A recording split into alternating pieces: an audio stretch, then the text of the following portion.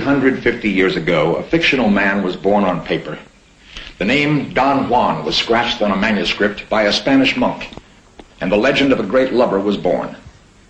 100 years later, a Venetian named Casanova wrote 6 volumes on his own life and established himself as a legendary lover as well. The two men had a common occupation, the pursuit of women. Were they great lovers or merely fools?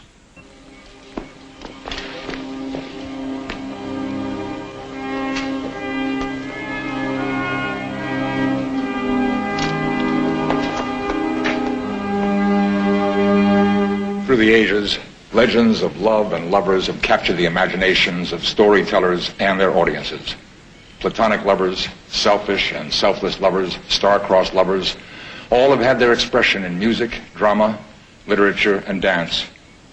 In all the annals of fiction, one character stands alone as the symbol of sensuality triumphant. He was the title character in a 17th century drama called The Playboy of Seville, a character whose very existence is based on the seduction of women.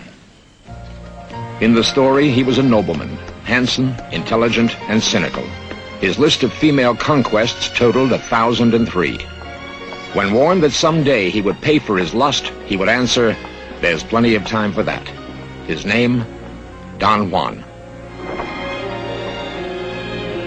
The beautiful Donna Ana is to be married to the Marquis de Mota, a friend of Don Juan's.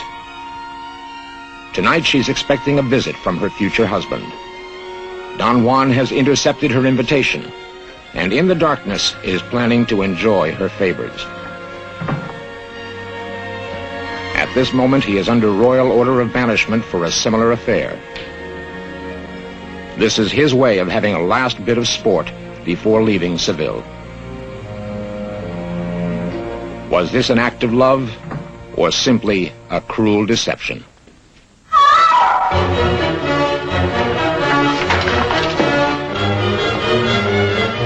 This time, the plan failed.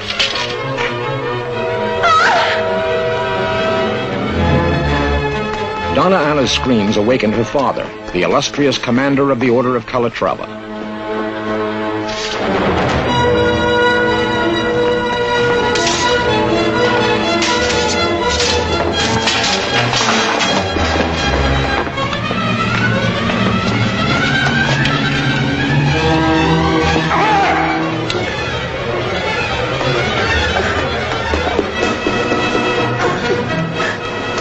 Don Juan escaped punishment by having someone else blamed for the killing.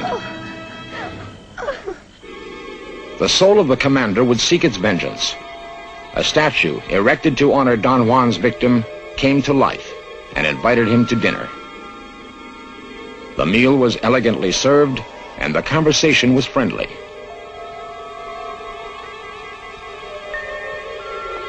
To round out the evening, the statue proposed a toast.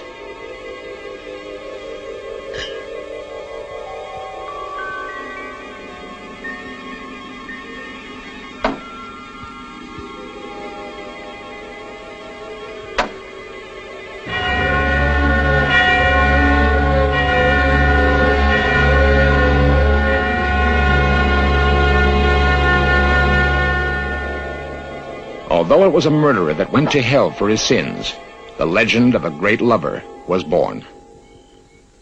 100 years later, that legend would spring to life. In the 1700s, a man appeared whose very aim in life seemed to be the enactment of the Don Juan role. A man who said of himself, "The chief business of my life is to indulge my senses. I felt myself born for the fair sex." He was a lawyer, conman, writer, gentleman, and scoundrel. 18th century Venice was a hotbed of extremes: dignity and debauchery, brilliance and stupidity, extravagance and poverty. This man was the embodiment of it all. He pursued women constantly, and like Don Juan, he made no class distinction. Born illegitimate, he became a self-appointed nobleman. His name was Giacomo Casanova. Was he truly a lover? If so, then certainly Venice was his appropriate birthplace. the lexicon of romance, Venice is a name to conjure with. Unexcelled in its beauty, here the balladeers sing of their great loves, and the poets come for inspiration.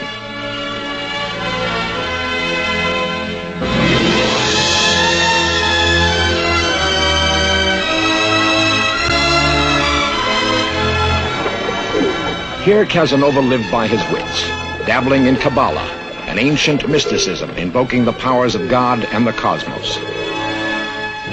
Was he a true believer, or did he use mysticism to exploit the gullible? Casanova's reputation as charlatan could stand against that of Count Saint-Germain, who claimed several reincarnations, and Count Cagliostro, who claimed to turn lead into gold and to extend life indefinitely. Yet Casanova also held his own in conversations with two popes, Catherine the Great, Voltaire, Rousseau, and Benjamin Franklin. He gambled heavily, and his sensual appetite was expensive.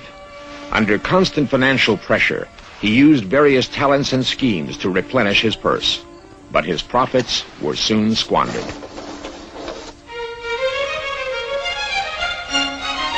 He spent his winnings on women, and more often consoled himself in a new affair when he lost. In Amsterdam, he urged financiers to issue insurance on a ship believed lost at sea. He claimed to have a Kabbalistic prophecy that the ship would be safe. Actually, Casanova had little to lose. If the venture was a failure, he would simply leave town.